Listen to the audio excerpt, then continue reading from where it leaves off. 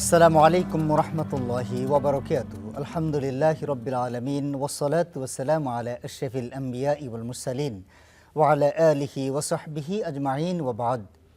প্রিয় দর্শক, এই মুহূর্তে টিভি সেটের সামনে দেশে কিংবা দেশের বাইরে যে যেখান থেকে যে মাধ্যমে আপনাদের সকলের প্রিয় চ্যানেল স্টার নিউজের রমাদান মাসব্যাপী সরাসরি সম্প্রচারিত প্রশ্নোত্তরমূলক অনুষ্ঠান সিটি ইসলামিক যা জানা প্রয়োজন অনুষ্ঠান দেখছেন, আপনাদের সকলকে আজকের অনুষ্ঠানে মোবারকবাদ জানাচ্ছি। প্রিয় দর্শক, এই অনুষ্ঠান আমরা প্রতিদিন একটি জীবন ঘনিষ্ঠ বিষয় নির্ধারণ করে থাকি, আর আপনাদের পাঠানোর প্রশ্নগুলোর জবাব কোরআন এবং সুন্নাহর আলোকে অনুষ্ঠান থেকে আমরা প্রদান করে থাকি। প্রিয় দর্শক, আজকে আমাদের আলোচনার বিষয় হলো চক্ষু শীতলকারী সন্তান। চক্ষু শীতলকারী সন্তান কিভাবে হবে, কিভাবে আমাদের দায়িত্ব কি, বাবা মা হিসেবে আমাদের কি রোল রয়েছে, কখন থেকে সেই কাজটুকু শুরু করতে হবে, ইত্তকার বিষয়গুলো নিয়ে আমরা আজকে আলোচনা করতে চাই প্রিয় দর্শক। আর এই বিষয়ে আলোচনা করার জন্য আমাদের মাঝে স্বনামধন্য একজন ইসলামী স্কলার রয়েছেন। প্রিয় দর্শক, আমরা খুব শীঘ্রই আপনাদের সাথে পরিচয় করে দেবেন ইনশাআল্লাহ। শুরুতে যে কথাটুকু বলতে চাই প্রিয় দর্শক, আপনারা যারা টেলিফোন করবেন, টেলিভিশনের ভলিউম কমিয়ে আপনারা আমাদেরকে টেলিফোন করবেন অবশ্যই স্ক্রিনে দেখানো নাম্বারে 096060909009 এই নাম্বারে টেলিভিশনের ভলিউম কমিয়ে প্রিয় দর্শক বিষয় সংশ্লিষ্ট তথা জীবন ঘনিষ্ঠ। প্রিয় দর্শক, আপনাদেরকে আরও বলে রাখি, স্টার নিউজ পুরো রমাদান মাসে চমৎকার কিছু প্রোগ্রাম করেছে।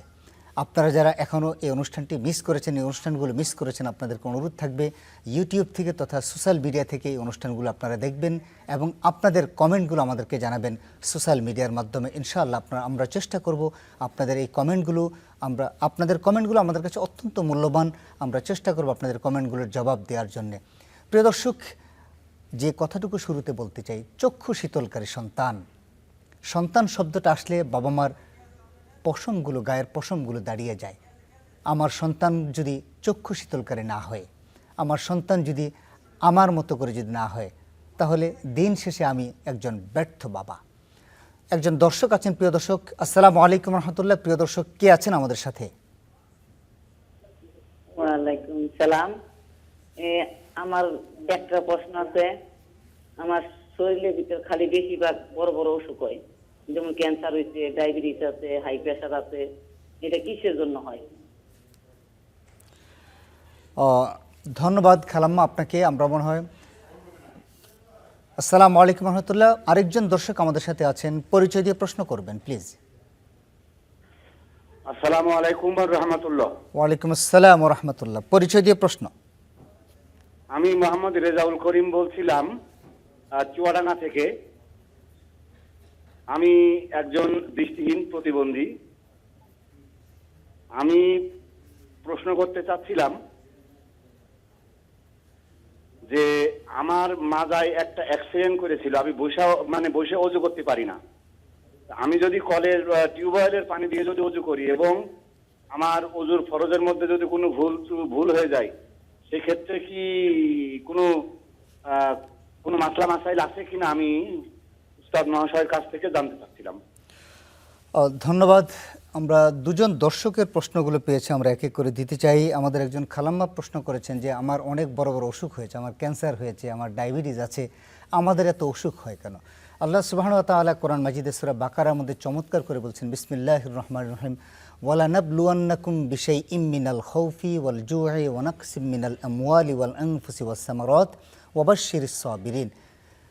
ওয়ালা নাবলুওয়ান্নাকুম বিশাইইম মিনাল খাউফ, আমি প্রত্যেককে পরীক্ষা করব, তাকে ভয় দিয়ে, খাদ্যদ্রব্যের স্বল্পতা দিয়ে, এবং তাকে ওয়ালা নাবলুওয়ান্নাকুম বিশাইইম মিনাল খাউফি ওয়াল জু'i, খাবার দাবারের স্বল্পতা দিয়ে, ওয়ানাকসিম মিনাল আমওয়াল, ধন সম্পদের কমতি দিয়ে, ওয়াবাশশিরিস সাবিরিন, ধৈর্যশীলদেরকে সুসংবাদ দিন।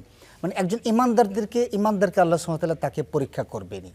তো আল্লাহ সুবহানাহু ওয়া তাআলা পরীক্ষাটা বিভিন্ন রকম হয়ে থাকে প্রিয় দর্শক। কারোর জন্য অসুস্থতা হয়ে থাকে, কারোর জন্য সম্পদের কমতিতে হয়ে থাকে, কারোর জন্য অভাব অনটন দিয়ে হয়ে থাকে, কারোর জন্য ফসলের কমতি দিয়ে হয়ে থাকে, ইত্যাদি ইত্যাদিভাবে হয়ে থাকে। অসুস্থতা দুইভাবে আসতে পারে। এক নাম্বার হলো আমাদের হাতের কামাই। প্রতিদিন আমরা যে শাস্তিগুলো পাই, এটি নাম্বার 1 হাতের কামাই হতে পারে, যে আমরা অপরাধ করেছি অথবা আল্লাহর বিধানে এমন কোনো কাজ করেছি যে কাজটিতে আল্লাহ অসন্তুষ্ট হয়েছেন, আমাদেরকে অসুস্থতা দিয়েছেন। আরেকটি বর্ণনা রয়েছে যে বান্দাকে তার গুনাহগুলো ক্ষমা করানোর জন্যে, তার গুনাহগুলো মাফ করানোর জন্য তাকে মরণবিধি রোগ দিয়ে থাকেন এবং তাকে অসুস্থতা দিয়ে থাকেন। তো আমি এই খালাম্মাকে বলবো, আপনি আল্লাহর উপর তাওয়াক্কুল করুন। আইয়ুব আলাইহিস সালাতু ওয়াস সালামকে আল্লাহ অসুস্থতা দিয়েছিলেন, পুরো শরীর তার পোকায় খেয়ে ফেলেছিল। তিনি দোয়া করলেন, রব্বি আন্নি মাসসানিয়া দুররু ওয়া আনতা আরহামুর রাহিমিন। এই দোয়াটা এত বেশি বেশি করে আল্লাহর কাছে পড়লেন এবং তওবা করলেন। করার পর আল্লাহ সুবহানাহু ওয়া তাআলা এই আইয়ুব আলাইহিস সালাতু ওয়াস সালামের অসুস্থতাকে সুস্থতায় পরিপূর্ণ করে দিয়েছিলেন।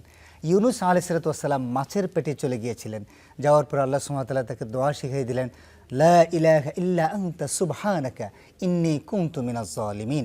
তো এমনিভাবে আমাদের যাদের যখন বিপদে আসে তখন আমরা বলবো ক্বালু ইন্না লিল্লাহি ওয়া ইযা আসাবাতহুম মুসিবাতুন ক্বালু ইন্না লিল্লাহি ওয়া ইন্না ইলাইহি রাজিউন। ইন্না লিল্লাহ দোয়াটা কিন্তু শুধুমাত্র মানুষ মারা গেলেই পড়ব বিষয়টা দর্শক এমন নয়। এই দোয়াটা হলো যখনই আমার কাছে কোনো বিপদ আসে, আমাদের বিদ্যুৎ চলে যায়, আমরা বলবো ইন্না লিল্লাহ। আমার হাত থেকে একটা গ্লাস পড়ে গেল, বলবো ইন্না লিল্লাহ। আমার একটা অ্যাক্সিডেন্ট হয়ে গেল, আমি একটু পা হোঁচট খেলাম, আমরা বলবো ইন্না লিল্লাহ। তো আল্লাহ সুবহানাহু ওয়া তাআলা খুব চমৎকার করে আমাদেরকে দিয়েছেন, ইজা আসাবাতহুম মুসিবাতুন, যখন তোমাদের নিকট কোনো মুসিবত আসে, ক্বালু, তোমরা বলো ইন্না লিল্লাহি ওয়া ইন্না ইলাইহি রাজিউন, যে নিশ্চয়ই আমরা আল্লাহর জন্য এবং আপনার কাছেই ফিরে যেতে হবে। প্রিয় দর্শক, তো এমনিভাবে আমাদের যাদের অসুস্থতা হোক না কেন, আমাদেরকে সবচেয়ে বড় খেয়াল রাখতে হবে অসুস্থতায় যেন এমন না হয় যেন আমরা আল্লাহকে গালাগালি অনেকেই করে থাকেন। আল্লাহ শুধু এমনভাবে, বিশেষ করে অসুস্থতারা বলে থাকে, আল্লাহ আর কাউকে দেখে না, আর কাউকে দেখে না, শুধু আমাকেই দেখে, আমাকেই শুধু অসুস্থতা দেয়, আমার সন্তানদেরকে অসুস্থতা দেয়, আমার স্ত্রীদেরকে অসুস্থতা দেয়। আমি আরও কথা বলতে চাই এই বিষয়ে, আরেকটা টেলিফোন নিয়ে আসি। আসসালামু আলাইকুম রহমতুল্লাহ। প্রিয় দর্শক, পরিচয় দিয়ে প্রশ্ন করুন। লাইনটি সম্ভবত কেটে গেছে। প্রিয় দর্শক, আপনি আবার চেষ্টা করুন। আমরা অসুস্থতা নিয়ে যে কথাটুকু বলতে চাই সেটি হলো, মরণবেদী অসুস্থতা যাদের আছে তাদেরকে আল্লাহ সুবহানাহু ওয়া তাআলা সবচেয়ে বেশি পরীক্ষা করে থাকেন। আপনাদেরকে আরও যে বিষয়টা বলতে চাই, মরণবেদী অসুস্থতা যাদের আছে তাদেরকে শরিয়া মেডিকেল ট্রিটমেন্টের পাশাপাশি শরিয়া ট্রিটমেন্ট প্রয়োজন। কারণ অনেক সময় আমরা দেখেছি মরণবেদী রোগ যাদের হয়েছে তারা অনেক সময় আল্লাহর সাথে কুফরি করেছেন, আল্লাহকে অস্বীকার করে ফেলেন, অতিষ্ঠ হয়ে সে আর সহ্য করতে পারে না, তখন তিনি এই কাজটুকু করেন। সুতরাং আমাদেরকে যাদের মরণবেদী রোগ হয় তারা শরিয়া ট্রিটমেন্টের পাশাপাশি, মেডিকেল ট্রিটমেন্টের পাশাপাশি তারা শরিয়া ট্রিটমেন্টগুলো তারা করবেন ইনশাআল্লাহ। এই প্রত্যাশাটুকু অন্তত আমরা করতে চাই এবং জানাতে চাই। প্রিয় দর্শক, আর আরেকজন ভাই প্রশ্ন করেছেন যে তিনি দৃষ্টি প্রতিবন্ধী, চুয়াডাঙ্গা থেকে আমাদের ভাই প্রশ্ন করেছেন, তিনি যথাযথভাবে অজু করতে পারেন না। অজু করতে গেলে যদি কোনো ত্রুটি হয় আল্লাহ সেটা ক্ষমা করবেন কিনা আমরা জানবো ইনশাআল্লাহ আমাদের শেখের কাছ থেকে। প্রিয় দর্শক, আপনারা দেখছেন সিটি ইসলামিক যা জানা প্রয়োজন। আজকে আমাদের মাঝে যিনি মেহমান হিসেবে উপস্থিত আছেন, দেশ বরেণ্য আলেম দ্বীন, বিশিষ্ট লেখক, গবেষক ও কলামিস্ট, ঐতিহ্যবাহী উত্তরা কেন্দ্রীয় জামি মসজিদের সম্মানিত খতিব ফজিলতুল শেখ হাফেজ ডক্টর রফিকুল ইসলাম আল মাদানী। আসসালামু আলাইকুম রহমতুল্লাহি ওয়া বারাকাতুহু। ওয়ালাইকুম আসসালাম রহমতুল্লাহ। শেখ ভালো আছেন? জি আলহামদুলিল্লাহ, আপনি ভালো আছেন? আলহামদুলিল্লাহ আলা কুল্লি হাল। শেখ, আমাদেরকে একজন দর্শক প্রশ্ন করেছিলেন, রেজাউল করিম ভাই চুয়াডাঙ্গা থেকে, উনি দৃষ্টি প্রতিবন্ধী। বলছে যে আমি যখন বসতে পারি না, মাজায় ব্যথার কারণে আমি বসতে পারি না, আমাকে দাঁড়িয়ে অজু করতে হয়। তো আমি টিউবওয়েলে যখন অজু করি তখন আমি তো চোখে দেখি না, আমার যদি অজুর অঙ্গগুলো অঙ্গ প্রত্যঙ্গগুলো ধৌত করতে গিয়ে কোথাও যে কোনো ত্রুটি হয় আমার গুনাহ হবে কিনা জানতে চেয়েছেন। আলহামদুলিল্লাহ, আসসালাতু ওয়াসসালামু আলা রাসূলিল্লাহি ওয়া বাদ। প্রথমেই সাধুবাদ, ধন্যবাদ জানাচ্ছি আমাদের এই ভাই যিনি দৃষ্টি প্রতিবন্ধী। তাকে আমি একটা সুসংবাদ দিতে চাই। নবীজি সাল্লাল্লাহু আলাইহি ওয়াসাল্লাম বলছেন, মান সালাবাল্লাহু সুবহানাহু ওয়া তাআলা কারিমাতাইহি আওয়াদাহুল্লাহু আল জান্নাহ। আল্লাহ সুবহানাহু ওয়া তাআলা যার দুটো চোখ নিয়ে নেন, সে যদি এর উপর সবর করে আর ঈমানের উপরে থাকে, এর বিনিময়ে আল্লাহ তাকে জান্নাত দিয়ে দেন। সুবহানাল্লাহ। আমি ওনাকে জান্নাত সুসংবাদ দিচ্ছি। আর যেহেতু এর পাশাপাশি উনি আবার দিনদার, সালাত এবং অজুর মাসালা নিয়ে তিনি প্রশ্ন করেছেন, আমরা অনুধাবন করছি তার একটা গুড এবং পায়াস মেন্টালিটি। এবং তিনি টেলিভিশনে প্রশ্ন করেছেন। জি জি, পায়াস মেন্টালিটি, খুব সুন্দর একটা মেন্টালিটি। আল্লাহ সুবহানাহু ওয়া তাআলা তার তার তার মর্যাদা বৃদ্ধি করে দেন। আমিন। লা ইউকাল্লিফুল্লাহু নাফসান ইল্লা উসআহা, এটা হলো ওনার প্রশ্নের উত্তর। আল্লাহ সুবহানাহু ওয়া তাআলা কাউকে তার সাধ্যের বাইরে চাপ দেন না। ওনার অজু করার সময় উনি স্বাভাবিকভাবে যেটুকুন উনি পারেন সেটুকুন করবেন, ধুবেন, হাত দিয়ে ঘষে ঘষে চেষ্টা করবেন কোনি পর্যন্ত চেহারাটা, যেহেতু ফরজের বিষয়গুলো। সুন্নতগুলো ছুটে যায় কিছু অসুবিধা নেই, কিন্তু দেখা গেলো উনি এইভাবে করেছেন, কিন্তু এরপরেও যদি হঠাৎ কোথাও থেকে যায় তাহলে আল্লাহ সুবহানাহু ওয়া তাআলা এটা যেহেতু তার সাধ্যের বাইরে, তিনি চোখে দেখতে পাচ্ছেন এবং না। ওনার যদি কোনো হেল্প হ্যান্ড থেকে থাকে, জি, জি, ওনার জি। সন্তান থেকে জি, থাকে, জি, জি। তাহলে স্ত্রীরা থেকে থাকে, জি, জি, তাহলে জি। তাকে যেন সহযোগিতা যে করে। তাদের হেল্প নেবেন, এরপরও যদি ত্রুটি থেকে যায় আল্লাহ ক্ষমা আল্লাহ সুবহানাহু ওয়া তাআলা ত্রুটি ক্ষমা করার জন্য তো আল্লাহ সুবহানাহু ওয়া তাআলা। মাশাআল্লাহ। আমরা আরেকটা টেলিফোন নিতে চাই। আসসালামু আলাইকুম রহমতুল্লাহ। প্রিয় দর্শক, পরিচয় দিয়ে প্রশ্ন করুন। ওয়ালাইকুম আসসালাম রহমতুল্লাহ। আমার নাম নাজিবুর রহমান, নাজিব, নাটোর থেকে বলতেছিলাম। জি নাজিব ভাই, প্রশ্ন। নামাজে তাশাহুদ পড়ার সময় কখন শাহাদাত আঙ্গুল তুলতে হবে? জি ধন্যবাদ নাজিব ভাই। আরেকজন দর্শক আছেন আমাদের সাথে। আসসালামু আলাইকুম রহমতুল্লাহ। ওয়ালাইকুম আসসালাম রাহমাতুল্লাহ। পরিচয় দিয়ে প্রশ্ন করুন। আমার নাম মজনুর রহমান, আমি নওগাঁ জেলা থেকে ফোন করছি। হুজুর, জি আমি নিয়মিত আপনার এই অনুষ্ঠানটা দেখি। আমার প্রশ্ন দুইটা। একটা প্রশ্ন হলো, আমার মা মারা গেছে 5 বছর হলো।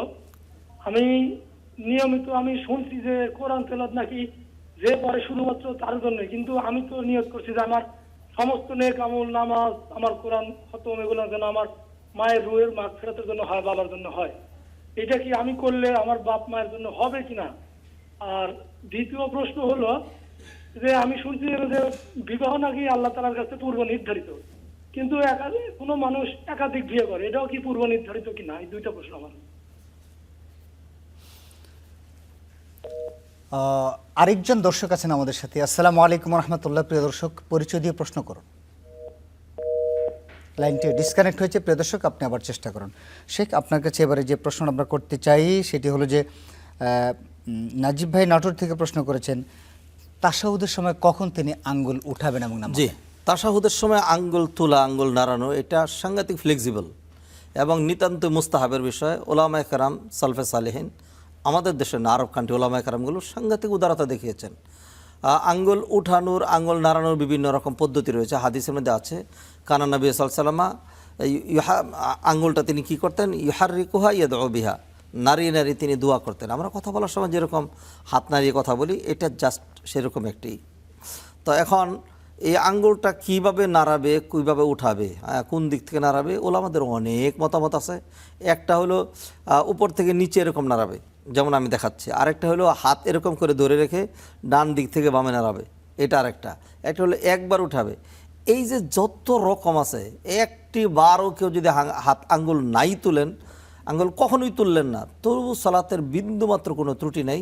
এবং যদি শুধু আশহাদু আল্লাহ ইলাহা ইল্লাল্লাহ, যেখানে হানাফি মাযহাবের উলামায়ে কেরাম বলছেন শুধু এই একবারও যদি তোলে তাহলে কোনো অসুবিধা নেই। আর যদি শুরু থেকে শেষ পর্যন্ত নাড়াইতে থাকেন, সেই নাড়ানোটাও নাড়াইতে পারেন, নবীজি নাড়াইতেন, হাদিসদের এটা বোঝা যায়। তবে সেই নাড়ানোটা যেন উইথ জেন্টালিটি, ভদ্রতা সহ যেন হয়, নাড়ানোটা যেন বোধগম্যপূর্ণ হয়। বহুত মানুষ আছে তারা হাদিস না বুঝে অথবা অন্যের মুখালাফাত, বিরোধিতা করার জন্য নাড়ানোটাকে এত বেশি করে ফেলেন, যেমন এরকম করেন অনেকে, সারাক্ষণ আঙুলটা দেখাই যাচ্ছে না, খুশু খুঁজে দেখাই যাচ্ছে না। এটা বহুত সালফে সালেহিন এটাকে সমালোচনা করেছেন। হ্যাঁ, এইটা নিয়ে বহুত মারামারি পর্যন্ত হয়েছে। বিষয় যেটি, সেটি হলো আঙ্গুল নাড়ানো নিয়ে আমরা যদি একদম প্রশ্ন নাও করি আর আঙ্গুল নাও নাড়াই, তাহলেও কোনো অসুবিধা নেই, নিতান্ত মুস্তাহাবের বিষয়। সমস্যা যেটা, সেটা হলো যে আমি একবার নাড়াই, সে কেন বারবার নাড়াইতে থাকে, এইটা হলো সমস্যা। কেউ যেন কাউকে বাধা না দেয়। অতএব ভদ্রচিতভাবে কেউ যদি, আরেকটা দিক হলো সবচেয়ে ভালো হলো এটা আঙ্গুলটা তুলে ধরে রাখা, এরকম করে আঙুলটা ধরে রেখে। তাহলে আমি অনেকগুলো অবস্থা বললাম, ডান দিক থেকে বাম দিকে। হাদিসের মধ্যে আসছে 51 বানাইতেন নবীজি সাল্লাল্লাহু আলাইহি ওয়াসাল্লাম। 51 মানে 51। তা আরবিতে 5টা হলো ইংরেজির শূন্যের মতো। তা হাত যদি এরকম করা হয়, তাহলে যে আমার যে আকৃতিটা, এটি হচ্ছে 5 আর এটা হলো 1, এরকম করে। তাইলে সেই হিসাবে এরকম যদি হয় তাহলে 15 হয়ে যায়। হ্যাঁ, যদি আপনি 51 বানাইতে চান তাহলে এইভাবে ধরতে হবে। তাই সেই জন্য কেউ বলছেন যে এইভাবে ধরা হয়, তাহলে আঙ্গুল এরকম করে উপরে নাড়ানো তো সম্ভব না। তাহলে ডান দিক থেকে বাম দিকে, এইটা হাদিস, তিরমিজির হাদিস এটা। হ্যাঁ জি, অতএব সেই জন্য বলছি যে ডান দিক থেকে বাম দিকে, উপর থেকে নিচ দিকে, একবার, বহুবার অথবা ধরে রাখা, সব কয়টাই ঠিক। তবে একদম নাড়াবে না, আঙ্গুল তুলবে না একবারও, এইটা হাদিসের সাথে যায় না। তবু যদি না তুলে সমস্যা নাই। তবে কেউ যদি এরকম না করেন যে নাড়াইতে গিয়ে, অনেক ক্রিয়া আমরা দেখেছি যে এখানে এক্সেস করে ফেলেন, এরকম করে নাড়াইতে থাকে, এটা কোনো আসলে ভদ্রতার সাথে যায় না এবং এটা সহিও না। জি। সহি না জাযাকাল্লাহ শেখ। আমরা আরেকটা টেলিফোন নিতে চাই। আসসালামু আলাইকুম রহমতুল্লাহ। প্রিয় দর্শক, কে আছেন আমাদের সাথে? আপনি আবার চেষ্টা করুন শেখ। এবার আপনার কাছে আমাদের মজিবুর রহমান ভাই দুটি প্রশ্ন করেছেন। নাম্বার 1, তার মা ইন্তেকাল করেছেন বেশ কিছু বছর আগেই, তিনি তেলাওয়াত করছেন তার আম্মার জন্য। এখন আমরা এখান থেকে বলেছি যিনি তেলাওয়াত করবেন সওয়াবটা তার হবে, জি। তাহলে তিনি তার মাকে কিভাবে সওয়াবটা দিবেন? জি, এখান থেকে আপনারা যেটি বলেছেন সেটা যেমন সহি, আবার তিনি যেটি প্রশ্ন করেছেন তার প্রশ্নের একটা দৃষ্টিভঙ্গি রয়েছে। মূলত যেই আয়াতটার কারণে এখানে ইখতিলাফ হয়েছে সেটা আল্লাহ কোরআনে বলছেন ওয়া আল্লাইসা লিল ইনসানি ইল্লা মা সাআ, একজন মানুষ ওইটাই পাবে সে যেটা অর্জন করেছে, চেষ্টা সাধনা করেছে। তো উলামায়ে কেরাম ডাইরেক্ট বলেছেন এটা যে আল ওয়ালাদু মিন সাইল আবা আল ওয়ালাদু মিন সাইল ওয়ালিদাইন, সন্তান যেটা, সন্তান ভালো মন্দ হওয়া যেটা, এটা তো পিতামাতার চেষ্টার অন্তর্ভুক্ত। কোনো সন্তান যদি স্বেচ্ছা প্রণোদিত হয়ে তার বাবা মার জন্য শ্রদ্ধায়, মায়া, মমতায় কোরআন তেলাওয়াত করে তার জন্য হাতে করে চায়, ইনশাআল্লাহ সব পাবে। আমরা যেটার কথা বলি, আপনারা যেটা বলেছেন এখান থেকে যেটা বলা হয়েছে, আপনি একজনকে ভাড়া করে নিয়ে আসবেন, হ্যাঁ, তাকে কিছু টাকা দিয়ে দিলেন, সে কোরআন তেলাওয়াত করলো, আপনি এটা কিনে নিয়ে গেলেন, সওয়াব বসকেই দিল। কোনো দিনই এটা হবে না। যে তেলাওয়াত করেছে সে সেটার সব পাবে। তবে সন্তান, সাথে আত্মীয়, বন্ধু কেউ মারা গিয়েছেন, তার জন্য আপনি তেলাওয়াত করলেন যে আমি কোরআনে একটা সূরা তেলাওয়াত করলাম, আল্লাহ তুমি সবটা তাকে দিয়ে দাও। দেওয়ার মালিক আমি না, এটা দরখাস্তটা করতে হবে কার কাছে? আল্লাহর কাছে। আল্লাহ সুবহানাহু ওয়া আর তাআলার কাছে। সন্তানদের দোয়া, সন্তানদের জি। আমলে সলে তো বাবা মার আমলে তো যায়। জি জি জি, এটা তো হাদিসে ইযা ইযা মাতা মাতাল ইনসান ইনসানুন কাতা আনহু আমালুহু ইল্লা মিন সালাস মিন ওয়ালাদিন সালিহিন ইয়াদউ লা। নাম। যদি ডাইরেক্টলি দোয়ার কথা বলা হয়েছে, দোয়া মানে হলো সন্তান আমলে যে সালেহ। ইবাদত করবে, যত ভালো কাজ করবে এটাও পাবে, আর যা খারাপ করবে সেটাও কিন্তু পাবে। পাবে। অতএব সন্তানের বিষয়টা সম্পূর্ণ আলাদা। আমাদেরকে নাটোর থেকে একজন ভাই প্রশ্ন করেছিলেন, বিবাহ কি নির্ধারিত? দেখুন, নির্ধারিত মানেই হলো তাকদির, যেটা আল্লাহ সুবহানাহু ওয়া তাআলা তার পূর্ব জ্ঞান অনুযায়ী লিখে রেখেছেন, নির্ধারণ করে রেখেছেন, সেটাই তাকদির, সেটাকে আমরা নির্ধারিত বলি। কোনো কিছু আমাদের জানা নেই, কোনো কিছু ঘটে যাওয়ার পরে আমরা জানি। যে কোনো জিনিস যেমন ঘটে গিয়েছে এইটাই এইভাবেই ফয়সালা করা ছিল। হ্যাঁ, এটাকে আমরা একদম প্রশ্ন করে অথবা এটাকে পুঙ্খানুপুঙ্খ বের করতে পারবো না, যুক্তি দিয়ে যে পারবো না, এটা সম্ভব নয়। সেই জন্য নবী সাল্লাল্লাহু কি বলেছিলেন, এ আমালু, তোমরা আমল করতে থাকবে, ফাকুল্লুন মুয়াসসারুন লিমা খুলিকা লাহু। সাহাবা একরাম তো, উনি তো খুব সহজ প্রশ্ন করেছেন, সাহাবা একরাম আরও কঠিন প্রশ্ন করেছেন যে ইয়া রাসূলুল্লাহ, যারা জান্নাতে যাবে এটা কি নির্ধারিত? যে হ্যাঁ। যারা জাহান্নামে যাবে তারা নির্ধারিত? যে হ্যাঁ নির্ধারিত। বলে তাহলে আমরা আমল করে কি করব? সব তো নির্ধারিত আছে। নবীজি সাল্লাল্লাহু আলাইহি ওয়াসাল্লাম বলেন, যেটা নির্ধারিত আছে সেটাকে তোমরা জানো, কে জান্নাতি কে জাহান্নামী, জানা তো নাই। তো সেই জন্য তোমরা আমল করতে থাকো, প্রত্যেকের জন্য ওই আমলটাই সহজ করে দেওয়া হবে যেটার জন্য তাকে সৃষ্টি করা হয়েছে। সুবহানাল্লাহ। তা অতএব আমাদের কিন্তু তাকদির নিয়ে ঘাটাঘাটি সেটা জানা নাই। সমীচীন না। উনি খুব সহজ প্রশ্ন করেছেন, কেউ একাধিক বিয়ে করলো, একাধিক বিয়ে কেন ভাই? কেউ যদি অ্যাক্সিডেন্টে মারা যায় এটাও নির্ধারণ করা ছিল, যারা আরেকজনকে খুন করে এটাও নির্ধারণ করা ছিল, যে আত্মহত্যা করে এটাও নির্ধারণ করা ছিল। হ্যাঁ, তা যত কিছুই হয় সবগুলো আল্লাহ সুবহানাহু ওয়া তাআলা জানতেন। জি। সেই জন্য আল্লাহ সুবহানাহু ওয়া তাআলা সেভাবে নির্ধারণ করে রেখেছেন। এবং আমাদেরকে সেই স্বাধীনতা দেওয়ার কারণে আমাদেরকে ভালো মন্দ সেগুলো বেশি চলার সুযোগ জি। করে দিয়েছেন। ধন্যবাদ আপনাকে। আমরা আরেকটা টেলিফোন নিতে চাই। আসসালামু আলাইকুম রহমতুল্লাহ। প্রিয় দর্শক, পরিচয় দিয়ে প্রশ্ন করুন। জি, আমার নাম মোহাম্মদ ইসরাফুল মোল্লা, আমি নড়াইল লোহাগড়া থেকে বলছিলাম। প্রশ্ন। হুজুর, ওই শবে কদরের যে নামাজটা, ওই নামাজটাকে জামাতের সহিত আদায় করা যায় না যার যার নামাজ সেটাই আদায় করে? ধন্যবাদ আপনাকে। লাইলাতুল কদরের সালাত নিয়ে আপনি প্রশ্ন করেছেন। আরেকজন দর্শক আছেন আমাদের সাথে। আসসালামু আলাইকুম রহমতুল্লাহ। আসসালামু আলাইকুম। আসসালামু আলাইকুম। আসসালাম। ওয়ালাইকুম আসসালাম ওয়া রাহমাতুল্লাহ। পরিচয় দিয়ে প্রশ্ন শাইখ, আমি হচ্ছে রাজশাহী থেকে মোহাম্মদ আমিদুর রহমান বলছি। আমার কয়েকটা প্রশ্ন ছিল। জি।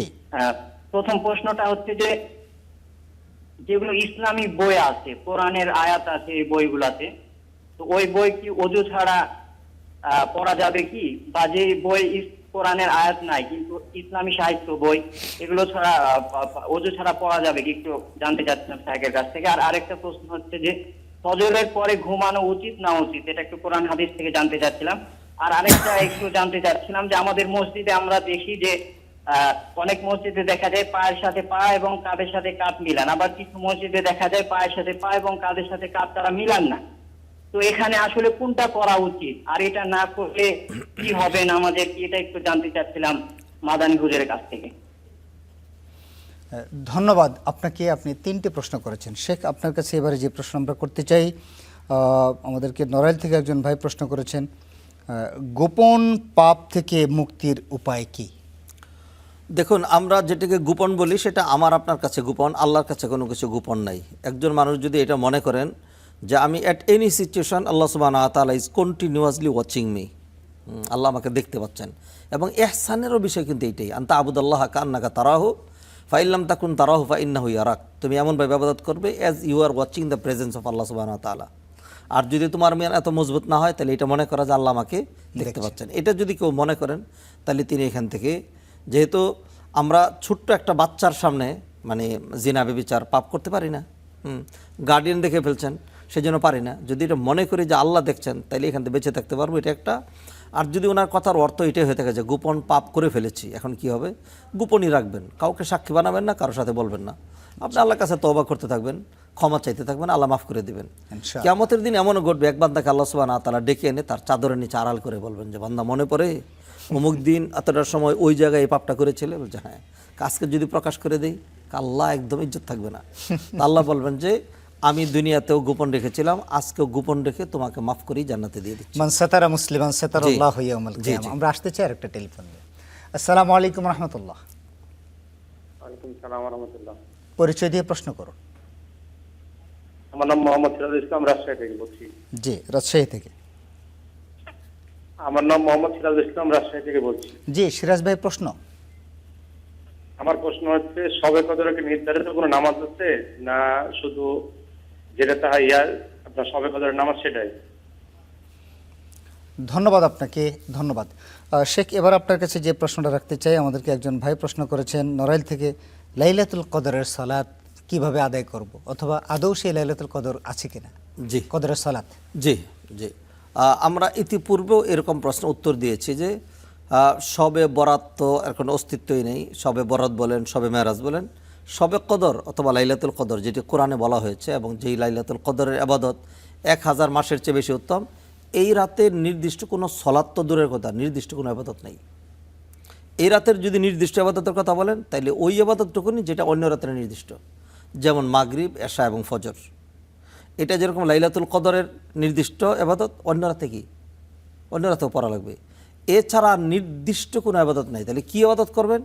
নবীজি মূলনীতি দিয়েছেন, আল মুতাতাওয়িউ আমিরু নাফসিহি, যিনি নফল আবাদতকারী তিনি নিজেই সিদ্ধান্ত নেবেন তিনি কি করবেন, কত রাকাত নামাজ পড়বেন, কোন সূরা দিয়ে করবেন, কতক্ষণ লম্বা করবেন, নাকি কোরআন তেলাওয়াত করবেন, নাকি বসে বসে করবেন।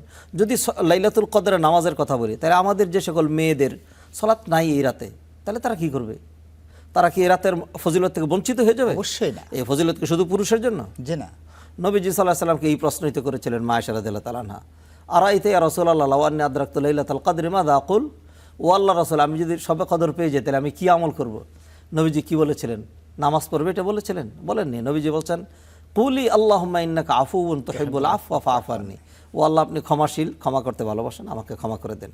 অতএব কোনো ব্যক্তি যদি সুবহানাল্লাহ, আলহামদুলিল্লাহ, লা ইলাহা ইল্লাল্লাহ, লা ইলাহা ইল্লা আনতা সুবহানাকা ইন্নী কুনতু মিনাজ জালিমিন, আল্লাহুম্মা ইন্নাকা আফুউন, রব্বানা যালামনা আনফুসানা, রব্বানা আতিনা ফিদ দুনিয়া হাসানা, কুল হুয়াল্লাহু আহাদ, আল্লাহুস সামাদ, 10টা টাকা দান করলো, কোরআন নিয়ে একটু ভাবলো, একটু অর্থ বললো, হ্যাঁ, তারপরে হলো ধরেন একটা ধর্মীয় আলোচনা, একজন শেখ ভালো কথা বলছেন, একটা আলোচনা ইলমের কথা, তিনি এইটা শুনলেন, হ্যাঁ, এইভাবে যদি তিনি ভেরিয়াস টাইপস অফ নফল ইবাদত যদি করেন, তো এইটাই তো লাইলাতুল কদরের ইবাদত। সুবহানাল্লাহ। আল্লাহর নিকটবর্তী হওয়ার জন্য যা যা প্রয়োজন, ভালো কাজগুলোই লাইলাতুল কদরের ইবাদত। ধন্যবাদ আপনাকে। আমরা আরেকটা টেলিফোন নিতে চাই। আসসালামু আলাইকুম রাহমাতুল্লাহ। প্রিয় দর্শক, পরিচয় দিয়ে প্রশ্ন করুন। আসসালামু আলাইকুম রহমতুল্লাহ। আমার নাম মোহাম্মদ হাসিবুর রহমান, আমি লক্ষ্মীপুর থেকে বলছিলাম। জি, হাফিজ ভাই প্রশ্ন। জি, আমার প্রশ্ন হচ্ছে আর কি যে আমাদের বড় ভাই যারা আছে, অনেকেরে দেখি যে তারা ধরেন 30 বছর, 32 বছর, 24 বছর, এমনকি ছোট যারা আছে 18 বছর, 20 বছর এরকম বয়সে বিবাহ করে। এখন তাদের কি ওটা কি তাকদীরে ছিল, নাকি ওনারা মানে এটা কিভাবে হয়েছে যে ওনারা কেউ তাড়াতাড়ি বিবাহ করতেছে, কেউ আবার দেরিতে বিবাহ করতেছে? ধন্যবাদ। তাদের তাকদীরে ছিল নাকি? ধন্যবাদ হাসিব ভাই, লক্ষ্মীপুর থেকে আপনি বিয়ের বয়সের বিষয়ে প্রশ্ন করেছেন। আরেকজন দর্শক আছেন আমাদের সাথে। আসসালামু আলাইকুম রাহমাতুল্লাহ। আসসালামু আলাইকুম হুজুর। ওয়ালাইকুম আসসালাম। আমি মাহির বলছি উত্তরা থেকে। মাহিন, উত্তরা। জি, প্রশ্ন। জি হুজুর, ইস্তেঞ্জায় পায়ু পথে যদি পানি প্রবেশ করে, হ্যাঁ, তখন কি পানি যদি ভিতরে প্রবেশ করে বা ঢুকে যায় তখন কি রোজাটা ভেঙে যাবে? রোজা অবস্থায় পায়ু পথে পানি প্রবেশ করলে? জি জি জি। ধন্যবাদ ভাইজান, আপনি খুব খুব চমৎকার একটি প্রশ্ন করেছেন, ডিফারেন্ট প্রশ্ন। শেখ, আপনার কাছে এবারে যে প্রশ্ন আমরা রাখতে চাই, রাজশাহীতে একজন ভাই প্রশ্ন করেছেন, অজু ছাড়া ইসলামী সাহিত্য পড়া যাবে কিনা? দেখুন, অজু ছাড়া পড়ার প্রশ্ন হয় না, সাধারণ প্রশ্নটা হয় অজু ছাড়া ধরা যাবে কিনা। কারণ এই যে কোরআনে কারিম যেটা, সেইটাই তো অজু ছাড়া পড়া যাবে। সুবহানাল্লাহ। কোরআনে কারিম অজু ছাড়া ধরা নিয়ে হলো। এছাড়া কোরআন ছাড়া তাফসিরের কিতাব যেগুলো, ধরুন পুরোটাই আরবিতে, হ্যাঁ, কোরআনে আয়াত আছে, তাফসির আছে, লেখাগুলি কোরআনের আয়াতের তুলনায় বেশি, সেইটাও অজু ছাড়া ধরা যাবে। আর যেগুলি ইসলামী সাহিত্য, কিছু কোরআনে আয়াত, কিছু হাদিস আছে, অথবা নিছক বাংলায় লেখা, এইগুলো যে কোনো অবস্থায় অজু না গুসলও যদি ফরজ হয় তাহলে সেটা ধরতে পারবে, কোনো অসুবিধা কোনো অসুবিধা নেই। লা ইয়ামাসসুহু ইল্লাল মুতাহহারুন দ্বারা আসলে অপবিত্র অবস্থায় কোরআনকে ধরতে নিষেধ করা হয়েছে। এটা শুধু কোরআনের ক্ষেত্রে বলা হয়েছে, অপবিত্র অবস্থায়। জি, এমনিতে তো অপবিত্র। ধরতে পারবে, কিন্তু অপবিত্র অবস্থায় যেন কোরআনকে স্পর্শটা না, এটা নিয়ে ওলামাদের লম্বা মত রয়েছে। সেটা হলো এই আয়াত দিয়ে যেটা বোঝানো হয়েছে সেটা হলো লা ইয়ামাসসুল মুতাহহারুন, ফেরেশতাদেরকে বোঝানো হয়েছে। লৌহে মাহফুজের কোরআনটা ওই ফেরেশতা ছাড়া কেউ ধরতে পারে না, এটা হলো। কিন্তু আমাদের সামনে যে মুসহাফ কোরআন, এটাকে ওযু ছাড়া ধরা যাবে? এটার জন্য হাদিস আছে, সহিহ হাদিস, হ্যাঁ, ওয়ালা ইয়ামাসসুল কুরআনা ইল্লা তাহির, এইটা হলো দলিল যে এই কোরআনটাকে অজু ছাড়া কেউ ধরবে না, এইটাই আদব। হ্যাঁ, কেউ কেউ বলেছেন যে অজু ছাড়া ধরতে পারবে, হ্যাঁ, অজু যদি না থাকে। কিন্তু অপবিত্র কোনটাকে বলা হয়? অপবিত্র দুই রকম, যার উপর গুসল ফরজ। তো গুসল ফরজ যদি কারো হয় তো সে কখনোই ধরতে পারবে না, জি, কোরআন ধরতে পারবে না, গোসল ফরজ। কিন্তু অজু না থাকলে ধরতে পারবে কিনা, সেটা হলো অধিকাংশ উলামায়ে কেরাম এবং আমাদের মত, অজু ছাড়া ধরতে পারবে না, কোরআন ধরবে না। অল্প কিছু আলেম বলছে অজু ছাড়া যদি ধরতে পারবে, কিন্তু আমরা এটাকে এস্টাবলিশ করি না। এটা কোরআনের একটা মর্যাদা এবং এটার পিছনে দলিল রয়েছে। এই জন্য একটাই কোরআন ব্যতিক্রম, যেটা অজু করে ধরবে। আচ্ছা, আর যদি অনুবাদ সহ যাতে কোরআন মাজিদ অনুবাদ সহ থাকে, যেটা অনুবাদ সহ তাফসির, সেটা তো আলাদা বিষয়। এটার উপরে আমরা তখন কথা বললাম যে সেটা যেখানে লেখাটা বাংলা লেখা অথবা আরবিতে ট্রান্সলেট, যেটা নাকি কোরআনের লেখার চেয়ে বেশি, এটা হলো তাফসির অথবা ট্রান্সলেশন, সেটা ধরতে পারবে। মানে শুধু কোরআন মাজিদের আয়াত সম্বলিত যে কোরআন মাজিদ আছে সেটা তিনি ওযু সহ ধরবে। জাযাকাল্লাহ শেখ, আমরা একটা টেলিফোন নিতে চাই। আসসালামু আলাইকুম রাহমাতুল্লাহ। প্রিয় দর্শক, পরিচয় দিয়ে প্রশ্ন করুন। ওয়ালাইকুম আসসালাম, আমি বাবুল ইসলাম রাজশাহী থেকে বলছি। জি, রাজশাহী। আমি জিজ্ঞেস করতেছি যে ঈদের নামাজ মহিলাদের কি পড়া যাবে কিনা? মহিলাদের ঈদের নামাজ, সুন্দর, ধন্যবাদ আপনাকে শেখ। এবার আমরা জানতে চাচ্ছি, সেই রাজশাহী থেকে সেইভাবে প্রশ্ন করেছেন, ফজরের পর ঘুমানো যাবে কি? নবী মুহাম্মদ রাসূলুল্লাহ সাল্লাল্লাহু আলাইহি ওয়াসাল্লাম বলছেন, বুরিকালি উম্মতি ফি বুকুরিহা, আমার উম্মতের বারাকা দেওয়া হয়েছে সকালবেলায়। তো এই সকালবেলায় যদি কেউ তাড়াহুড়ো করে বাসা থেকে বের হয়, রাস্তা যেরকম ছাড়ায়, কাজে যদি নামে কাজও ছাড়ায়, কেউ যদি পড়তে বসে পড়া মুখস্থ হয়, এটা বারাকার সময়। তো এই সময়টা কেউ যদি ঘুমিয়ে থাকে তাহলে সে বারাকা শূন্য হচ্ছে, ক্ষতিগ্রস্ত হচ্ছে। তবে ফজরের পরে ঘুমানো এটা হারাম নয়। এটা বলা যাবে না ফজরের পরে একজন ঘুমাইতে পারবে না। ঘুমানোর মানুষ স্বাধীনতা দেওয়া হয়েছে। 5 ওয়াক্ত ফরজ সালাত আদায় করে, ফরজ ইবাদতের ব্যাঘাত না করে যে কোনো সময় যদি ঘুমাইতে পারেন, সর্বোচ্চ মাকরু বলা যাবে। যেমন এশা পরে প্রয়োজন ছাড়া নিছক কথাবার্তা বললো, সজাগ থাকা। জি, ধন্যবাদ শেখ। আমরা আরেকটা টেলিফোন নিতে চাই। আসসালামু আলাইকুম রহমতুল্লাহ। প্রিয় দর্শক, পরিচয় দিয়ে প্রশ্ন করুন। আসসালামু আলাইকুম। ওয়ালাইকুম আসসালাম। প্রশ্ন? ভাই, আমি মোহাম্মদ রেজা ঠাকুরগাঁও থেকে বলতেছিলাম। জি, রেজা ভাই ঠাকুরগা। আমার প্রশ্ন হচ্ছে, নামাজ যখন আমরা পড়ি তখন ইমাম যদি রুকুতে চলে যায়, তখন যদি যাই আমরা নামাজ ধরি, ওইটা কি রাকাত হিসেবে গণ্য হবে নাকি ওই রাকাতটা আবার উঠে পড়তে হবে? আর আরেকটা প্রশ্ন ছিল, সেটা হচ্ছে অনেক ইসলামী সঙ্গীতে দফ বাজানো হয়। যেসব ইসলামী সঙ্গীতে দফ বাজানো হয় ওইসব ইসলামিক সঙ্গীত কি শোনা যাবে? এটা কি জায়েজ? ধন্যবাদ আপনাকে শেখ। আরেকটা টেলিফোন নিয়ে আমরা আসছি। আসসালামু আলাইকুম রহমতুল্লাহ। আসসালামু আলাইকুম ওয়া রাহমাতুল্লাহ। আসসালামু রহমতুল্লাহ। প্রশ্ন? লুৎফর রহমান বলছি ফরিদপুর থেকে। জি, জি, আমার প্রশ্ন হলো যে পবিত্র রমজান মাসে আমি যদি সুদ ঘুষ এদের সাথে জড়িত থাকি এবং নিয়মিত রোজা করি, তারাবিও পড়ি, সেই সাথে অশ্লীল ভাষা প্রয়োগ করি, আমার রোজা হবে কিনা? ধন্যবাদ ভাইজান, ধন্যবাদ আপনাকে। শেখ, আপনার কাছে এবার আমরা যে প্রশ্নটা রাখতে চাই, সলাতের ক্ষেত্রে কাঁধের সাথে কাঁধ মেলানো অথবা পায়ের সাথে পা মেলানো সলাতের জন্য কতটুকু জরুরি? যারা মিলাচ্ছেন তারা কি করছেন, যারা মিলাচ্ছেন না তারা কি করছেন? নবীজি সাল্লাল্লাহু আলাইহি সাল্লাম একামতের পরে তিনি বলতেন পায়ে পা মিলাতে, কাঁধে কাঁধ মিলাতে, ফাঁকগুলো বন্ধ করতে। এখান থেকে ওলামায়ে কেরাম একদম অথেন্টিকলি যেটি বুঝেছেন সেটা হলো দুইজনের মাঝখানে ফাঁকা না রাখা। ফাঁকা রাখলে নবীজি বলেছেন সেইখানে এই সুযোগে শয়তান সেখানে দাঁড়িয়ে বেশি ওয়াসওয়াসা দিয়ে থাকে। যদিও শয়তানের ওয়াসওয়াসা দেওয়ার জন্য ফাঁকার দরকার নাই, তবু নবীজি নিরুৎসাহিত করার জন্য যাতে ফাঁকা না রাখা হয়। এখন এই ফাঁকা বন্ধ করা না করা নিয়ে আমাদের দেশে দুই ধরনের আমরা কালচার দেখি। একদল মানে এটাকে এমনভাবেই বন্ধ করবেন যে কোনোভাবেই মানে পায়ের সাথে একদম পা এরকম লাগানো অথবা পাড়া দিয়ে ধরা ছাড়া, হ্যাঁ এইটাই লাগবে এরকম। আরেক দল অনেকটুকুন ফাঁক রাখেন। দুই দলই অনেক এক্সট্রিম। আমি দীর্ঘদিন মদিনায় পড়াশোনা করেছি, সেইখানকার আমলও যেটি দেখেছি এবং সেইখানকার শাইখদের জিয়া দেখেছি সেটা হলো যে চেপে চেপে দাঁড়ানো, ফাঁকটা যেন না থাকে, যেন এরকম বোঝা না যায়। আমাদের দেশের অনেকখানেই দেখবেন দুইজন দুই দিকে চেপে গেলে মাঝখানে একজন ঢুকা যাবে, ওইখানে ফাঁক রয়ে গেছে। এইটা এক্সট্রিম। যারা ফাঁক রাখছেন এইভাবে ইচ্ছা করেই একদল ফাঁক বন্ধ করেন, এইটার বিরোধিতা করার জন্য আরেকদল বেশি বেশি ফাঁক রাখেন। আমার মনে হয় অনেকের ক্ষেত্রে এটা, বিশেষ করে অনেক মাদ্রাসার ছাত্রদের এটা দেখা যায়। হ্যাঁ, আমি কোন অঙ্গন সেটা বলছি না, তারা ইচ্ছা করে বেশি করে এই ফাঁকের ইয়েটা, হ্যাঁ মাদ্রাসা ছাত্রখানা ফাঁক করে দাঁড়ান, অথচ সম্পূর্ণ হাদিসের পরিপন্থী এটা। অতএব যেটি বলবো সেটি হলো এগুলো নিয়ে এত বাড়াবাড়ি না করা। কোনো ব্যক্তি যদি এইভাবে দাঁড়ায় যে দুই পায়ের মাঝখানে 4 আঙ্গুল ফাঁকা আছে, 4 আঙ্গুল, তাইলে এটা ফাঁক আছে, এটা বলা চলে না। ফাঁক কোনটাকে বলা হয়? আপনি একবারে জিরো ফাঁক বন্ধ করবেন, মানে ইলেকট্রিক তার যেভাবে জয়েন দেয় এরকম জয়েন, এটাকে বলা হয়েছে ফাঁক। মানে হলে এমন ফাঁক যেন না রাখা হয় যে এখানে আরেকজন ঢুকতে পারেন, অথবা দুই জায়গায় চাপলে আরেকজন ঢুকতে পারে। আসলে এটা রিল্যাক্সলি আসলে ইবাদতটা যেন করতে পারে।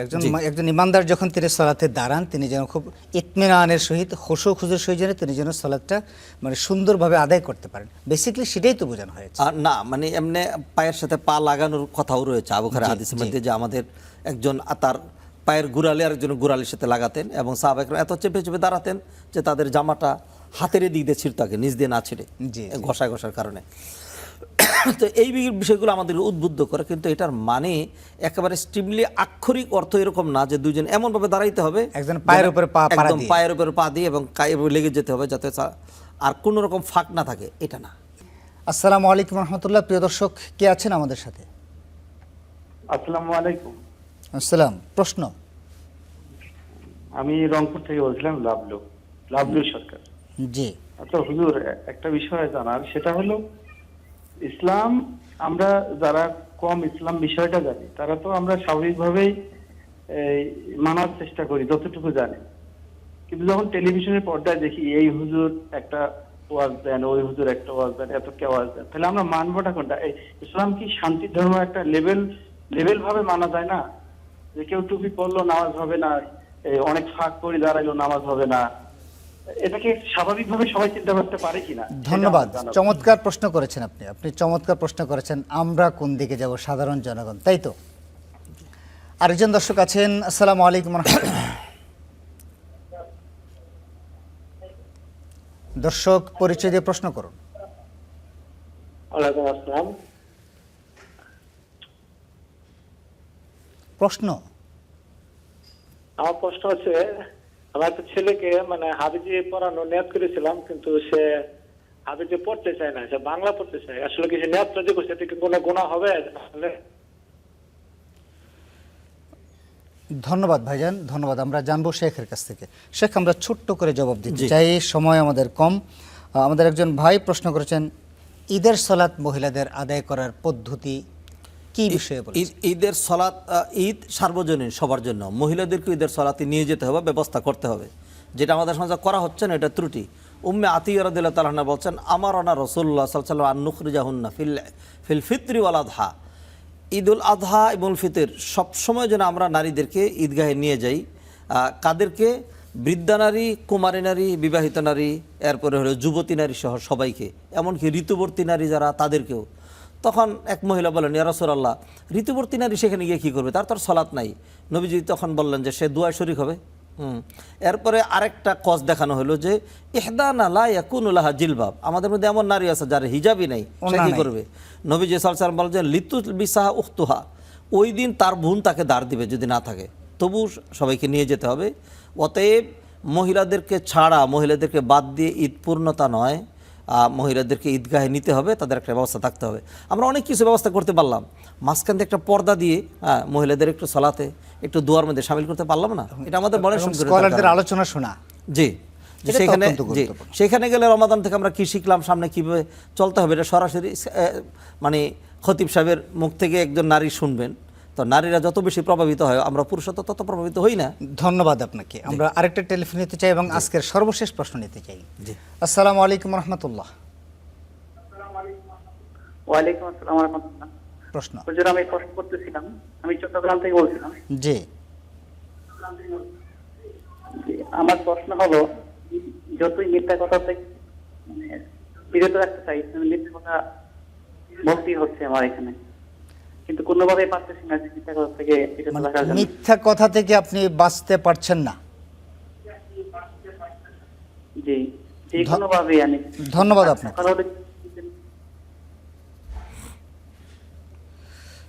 আসসালামু আলাইকুম রহমতুল্লাহ। প্রিয় দর্শক, কে আছেন আমাদের সাথে? সম্ভবত ডিসকানেক্ট হয়েছে। শেখ, আমরা ছোট্ট করে যেতে চাই। আমাদেরকে একজন ভাই প্রশ্ন করেছেন, ইমাম সাহেব যদি রুকুতে চলে যায়, আমরা সেই রাকাতটা পাবো কিনা? আমরা কি রুকুতে অ্যাটেন্ড করব? রুকুতে কেউ যদি রুকু পেয়ে যায় তাহলে রাকাত পাওয়া হবে।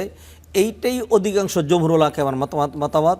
কেউ কেউ ব্যতিক্রম মত দিয়েছেন যে না, রুকু যদি পায়, যেহেতু নবীজি হাদিস বলছেন ওয়ালা তাউদ, এটার ব্যাখ্যা তো করার মতো সময় এখন নাই। জি, তো অল্প দু একজন আলেম বলছেন যে না, রুকু পেলে রাকাত পাওয়া হবে না। তবে এটা জমহুর উলামা মানে সংখ্যাগরিষ্ঠ 99.99 আলেমের মতামত। কেউ যদি রুকুতে এক তাসবিহ পরিমাণ ইমামকে পেয়ে যায় তাহলে তিনি রাকাত পেয়ে গিয়েছেন। আদ্রাকার রুকু, জি, আদ্রাকার রাকাহ। জি, জাযাকাল্লাহ শেখ। আমরা এবারে যে বিষয়টা জানতে চাচ্ছি, ইসলামী সঙ্গীতে দফ বাজানো জায়েজ আছে কিনা? ইসলামী সঙ্গীত যেগুলি ভালো ভালো কথা, সেগুলি ভালো, তবে সেটা যদি দফ মুক্ত হয় তাহলে সেটা সবচেয়ে ভালো। কেউ কেউ বলেছেন যেটা দফ একদিকে খোলা মানে ঢুল, এটা যদি হালকা মিউজিক দেওয়া হয় ধরনের, তাহলে অনেকে জায়েজ বলেছেন। ইমাম গাজালিও সেটাকে জায়েজ বলেছেন। জি জি, ধন্যবাদ আপনাকে। আমরা লুৎফুর রহমান ভাই আমাদেরকে প্রশ্ন করেছেন, সুদ ঘুষ সব কিছুই চলছে, আবার রোজাও রাখছি। আমরা এরকম একটা প্রশ্নের উত্তর এর আগেও দিয়েছিলাম, আজকে আবার দিচ্ছি। সেটা হলো যে রোজা সালাত কেউ যদি নিয়মিত করতে থাকে তাহলে আশা করা যায় এর মাধ্যমে সুদ ঘুষের যেই বা অন্যের যেই মানে দিকগুলো, সেগুলো আস্তে আস্তে সংকুচিত হবে। তবে এমন যেন না হয় যেহেতু সুদ ঘুষ খান সেই জন্য নামাজ রোজা করবেন না, তাহলে তো ডাবল অপরাধ হলো। আর কেউ যদি সুদ ঘুষ খায় তাহলে তার নামাজ হবে না এটা, অথবা রোজা কবুল হবে না এটা বলা যাবে না। ধন্যবাদ আপনাকে। আমাদের রংপুর থেকে লাবলু ভাই প্রশ্ন করেছেন, আমাদের ওলামায়ে কেরামগণের মধ্যে এক একজন এক এক মতামত দেন, কেউ পা লাগিয়ে দাঁড়াতে বলেন, কেউ পা ছাড়াতে বলেন। আমি লাবলু ভাইকে শ্রদ্ধার সাথে বলছি, সেটা হলো যে আলেমদের কখনো এরকম মত নাই যেটার কারণে আপনারা খুব ঝামেলা পড়ছেন। কখনো কোনো আলেমরা এটা বলেননি যে সালাত 3 ওয়াক্ত ফরজ, এটা কেউ বলেননি। 5 ওয়াক্ত ফরজ বলেছেন। কোনো আলেম এটা বলেননি ফজরের ফরজ 3 রাকাত, মাগরিবের ফরজ 4 রাকাত, এটা কেউই বলেননি। সকল ফরজের ক্ষেত্রে, ওয়াজিবের ক্ষেত্রে সমস্ত উলামায়ে কেরামগণ একমত। বাংলাদেশ থেকে কোনো বেদাতি আলেম এটা বলেন নাই যে নামাজ পূর্ব দিকে ফিরে পড়তে হবে, কাবার দিকে ফিরে পড়তে হবে, এইটাই বলা হয়েছে। এবং সূর্য ওঠার পরে ফজরের নামাজ, এটা কেউ বলেন নাই। এবং সূর্য ডুবার আগে মাগরিবের নামাজ কেউ বলেন নাই। আমি এই কথাটা যেহেতু সময় নাই, আর নইলে দেখাইতাম যে লক্ষ বিষয়ের মধ্যে কোনো একতলাফ নাই। আমরা সেটাতে না গিয়ে যেটা মুস্তাহাব, এটা করলে ভালো না করলে ভালো, এটা তো কেউ বলেন না যে এটা কারণে আপনার আমল নষ্ট হয়ে যাচ্ছে। কিন্তু যারা আমল করেন না, অনেক সময় এক্সকিউজটা দেখেন এক একজন এক একটা বলে। আপনি কি সেই কারণেই পারছেন না, নাকি এমনিতে নিজের থেকে করছেন না? জি জি, ধন্যবাদ আপনাকে। আমাদেরকে একজন ভাই প্রশ্ন করেছেন, আমার ছেলেকে আমি হাফেজ বানাতে চেয়েছিলাম, কিন্তু সে হিফজ পড়ছে না, সে বাংলায় পড়তে চায়। চেষ্টা করতে হবে এবং ভালো ভালো হেফজখানা দিতে হবে। আপনি যে কোনো হেফজখানায় যেখানে মানে ওরকম ভালো পরিবেশ নাই, এনভায়রনমেন্ট আছে যেখানে, সেখানে দিতে হবে। আমাদের চেনা জানা অনেক প্রতিষ্ঠান আছে যেখানে অনেক বড় লোকের ছেলেরা সব পড়ছে ভালো করে, বাংলা আছে, ইংরেজি আছে, সব কিছু আছে, সব সহজে পড়ছে। শুধু এক পেশে হেফজের উপরে যদি বেশি চাপ দেওয়া হয়, হেফজটা তো কঠিন, অনেক বাচ্চা সেখানে বিগড়িয়ে যায়। আপনি কৌশলের সাথে চেষ্টা করতে হবে। ইভেন যারা পড়ান অনেক হিফজখানা হুজুররা তারাও কৌশল জানেন না, জি বিদায় এটা। তো সেই জন্য আপনি আরও ভালো প্রতিষ্ঠানের চেষ্টা করুন, আল্লাহর কাছে দোয়া করতে থাকুন, আল্লাহ কবুল করবেন। আর যদি এটা নিছক আপনার দোয়া নিয়ত হয়ে থাকে তাহলে অসুবিধা নেই, কিন্তু যদি মান্যত হয়ে থাকে তাহলে পূরণ করার চূড়ান্ত চেষ্টা করা লাগবে, সর্বোচ্চ চেষ্টা করা লাগবে। ধন্যবাদ আপনাকে। আপনাদের চট্টগ্রাম থেকে একজন ভাই প্রশ্ন করেছেন, আমি মিথ্যে কথা ছাড়তে পারছি না। তিনি যেন এটা মনে করেন যে কোরআনে আল্লাহ বলছেন লানাতুল্লাহি আলাল কাযিবিন, যারা মিথ্যাবাদী তাদের উপর আল্লাহ লানত। আরেকটা বিষয়, মিথ্যা হলো সকল গুনাহের মা। আরেকটা বিষয় সেটা হলো নবীজি বলছেন যে তোমরা মিথ্যা পরিহার করবে, কারণ মিথ্যা মানুষকে জাহান্নামে নিয়ে যায়। তো অতএব আল কিযবু ইউহলিক, জি, মিথ্যা মানুষের জন্য ধ্বংস নিয়ে আসে। এই বিষয়গুলো যদি তিনি খেয়াল করেন এবং ধীরে ধীরে চেষ্টা করেন তাহলে আল্লাহ তৌফিক দিয়ে দিবেন ইনশাআল্লাহ। ইনশাআল্লাহ। আপনার কাছে আজকে আমাদের বিষয় ছিল চক্ষু শীতলকারী সন্তান। চক্ষু শীতলকারী সন্তানের জন্য প্রথম শর্ত কি, কোন জায়গায় বীজ বপন আপনি করবেন? যদি গাছে গাছে আপেল হোক এটা যদি চান তাহলে তেঁতুলের বীজ বপন করলে তো আপেল ধরবে না, আচ্ছা, গাছ যতই বড় হোক। সেই জন্য প্রথম আপনি নেককার হইতে হবে এবং নেককার একজন স্ত্রী বিবাহ করতে হবে, নিজেকে আগে নেককার হইতে হবে। নেককার, জি। সেই জন্য নবীজি বলছেন যে ফাজফার বিদাতিদ দিন তারিবাতি আদাক, তুমি দিনদার স্ত্রী গ্রহণ করবে তাইলে তোমার কপাল খুলে যাবে। আর মেয়ের বাবাকে বলেছেন ইদা খাতাবাকুম মান তারদাউনা দীনাহু ফাযাওবিজু, যার দিনদারি নিয়ে তোমার কোনো প্রশ্ন নাই, যদি বিবাহের পয়গাম আসে তার কাছে বিয়ে দিবে। এ হলো একটা। এরপরে হলো স্বামী স্ত্রী উভয়ে মিলে তারা যখন দিন মেনটেন করবে, ছেলেকে ওরকম নেককার প্রতিপালন করবে, তখন এই সন্তানটা ধীরে ধীরে যেভাবে বড় হবে তাকে দেখলে চক্ষু জুড়িয়ে যাবে ইনশাল্লাহ। মানে তাহলে প্রথমে নিজেকে দিনদার হতে হবে, নিজেকে দিনদার একজন স্ত্রী নিতে হবে, জি, দিনদার। তারপর হলো তারা আল্লাহর কাছে দোয়া করবে যে আল্লাহ তুমি আমাদেরকে চক্ষু শীতলকারী সন্তান দাও। সন্তান, আমাদের সন্তানরা দেখবেন মানে অনেক সময় হয় যা হাফ প্যান্ট পরাও নাই, আমরা যখন সেজদায় গিয়েছি সে কিন্তু লেংটু, সেখানে গিয়ে সেজদা লুটায় পড়ছে। এই যে তার একটা প্রতিপালন হচ্ছে, এইটা তার অস্থি মজ্জায় কিন্তু ঢুকে যাচ্ছে। তো বাবা মাকে দেখে কিন্তু সন্তানরা শিখে ফেলে। কিন্তু আমরা বাবা মারা তো ধূমপান করি, কিন্তু সন্তানদেরকে ধূমপান থেকে বিরত রাখি। বাবা মা সারাক্ষণ খালি মোবাইলের উপরে থাকে। এই জন্যই তো আমরা করি একটা বলি আর একটা, সেই জন্য সন্তানের এটা কাজ হয় না। অনেকে অভিযোগ নিয়ে আসেন যে আমার সন্তান কথা শুনে না। তো আল্লাহ কি সন্তান কথা শুনে না এরকম করেই পাঠাইছিলেন, নাকি মোমের মতো নরম করে পাঠাইছিলেন? আপনার তো উচিত ছিল তাকে সেইভাবে প্রতিপালন করা। তো এই জন্য পিতামাতা যদি দিনদার হন এবং তারা দিন শিক্ষা দেন, আখলাক শিক্ষা দেন, আদব কাদের শিক্ষা দেন, মানে ধর্মীয় জ্ঞান যদি তাকে দান করা হয়, তাহলে এই সন্তান যখন বড় হবে তাকে দেখলে চক্ষু জুড়ে যাবে ইনশাল্লাহ। মানে বিশেষ করে বিয়ের পর যখন তারা মানে বাবা এবং মা তারা দুজনে যদি দিনের উপর অটল থাকেন এবং আল্লাহর কাছে দোয়া করতে থাকেন, আশা করছে আল্লাহ তাদেরকে চক্ষু শীতলকারী সন্তান দান করবেন। এবং মেডিকেল সায়েন্সও বলছে যে একজন মায়ের পেটে যখন সন্তান আসে তখন তিনি যেন বেশি বেশি করে আল্লাহর কালাম পড়েন, যাতে সেটা তার প্রভাব এবং তার বিয়েতে সন্তান কিন্তু প্রভাব। আমি একটা এক্সাম্পল দিই। ধরুন যদি কোনো প্রেগনেন্ট মহিলা বেশি পরিমাণে চিনি অথবা সুগার জাতীয় কিছু খায়, তাহলে এই সুগারটাকে বাচ্চার মধ্যে এফেক্ট করবে না? জি, এটা যেরকম করে। তাই এটা তো হলো বস্তুগত বিষয়। ঠিক অর্থগত বিষয় যেগুলি, তিনি যদি কোনো কি বলে যে টিভির সিরিয়ালগুলো দেখতে থাকেন এটার প্রভাব পড়বে, যদি ভালো ইবাদত করতে থাকেন, কোরআন তেলাওয়াত করতে থাকেন এর প্রভাব পড়বে। এরকমই। জাযাকাল্লাহ শেখ, সর্বশেষ আমাদের সন্তানগুলো চক্ষু শীতলকারী হোক, এই বিষয়ে আপনার কি পরামর্শ? আমার পরামর্শ একটাই, আল্লাহ সুবহানাহু ওয়া তাআলা সন্তানদেরকে আমাদের কাছে আমানত হিসেবে দিয়েছেন। তো এই সন্তানগুলোকে জাহান্নামের আগুন থেকে বাঁচানোর জন্য যা করা দরকার তা যদি করি তাইলেই হবে। সেটি কি, একদম শৈশব থেকে নবীজি যেমন বলছেন মুরু আওলাদাকুম বিসসালাতি ওয়া হুম আবনাউ সাব'i সিনিন, 7 বছর থেকে সলাতের জোর তাগিদ দিতে হবে। শিক্ষা তো এর আগ থেকে দেওয়া যায়। প্রথমে আপনি কালিমা শিখাবেন, সন্তানকে সবই শিখাবেন, ডাক্তার বানাবেন, ইঞ্জিনিয়ার বানাবেন। একজন আমার আলোচনা শুনে আবার হয়তো মনে করবেন যে আমরা শুধু হুজুর বানানোর কথা বলছি, বিষয়টা এরকম না। যেই হন, আপনি যদি ডাক্তারও হয়ে থাকেন, বড় পণ্ডিত ডাক্তার হয়ে থাকেন, you must be doctor with your religion, দিন সহ ডাক্তার হইতে হবে ইনশাআল্লাহ। সেই জন্য সন্তানকে যদি দিনদারি শিক্ষা দেওয়া হয় তাইলে এই সন্তান সে নিজেও ভালো চলবে, পিতামাতার জন্য দোয়া করবে, এই সন্তান সমাজের ক্ষতি করবে না, এই সন্তান হবে চক্ষু শীতল ইনশাআল্লাহ। জাযাকাল্লাহ শেখ, চমৎকার করে আপনি অনেকগুলো প্রশ্নের জবাব আজকে আমাদেরকে দিলেন। আল্লাহ আপনাকে সুস্থ এবং নেখায়ের দিন জাযা খায়ের দান করুন। আল্লাহ সুবহানাহু ওয়া তাআলা মাহে রমাদানের শেষে এসে আমরা দোয়া করছি আল্লাহ যেন আমাদের সবাইকে লাইলাতুল কদর নসিব করেন, আমিন। যা আমল করেছি তা কবুল করেন, আর সামনের আমল যেন আরো সুন্দর করে করার তৌফিক দেন। মাশাআল্লাহ, মাশাআল্লাহ। প্রিয় দর্শক, এই ছিল আমাদের আজকের আয়োজন। রমাদানের শেষ দশকের একেবারে শেষের দিকে চলে আসছি আমরা। প্রিয় দর্শক, আসুন না আমরা আল্লাহর প্রিয় গোলাম হই, লাইলাতুল কদর যেন আমাদের নসিব হয়।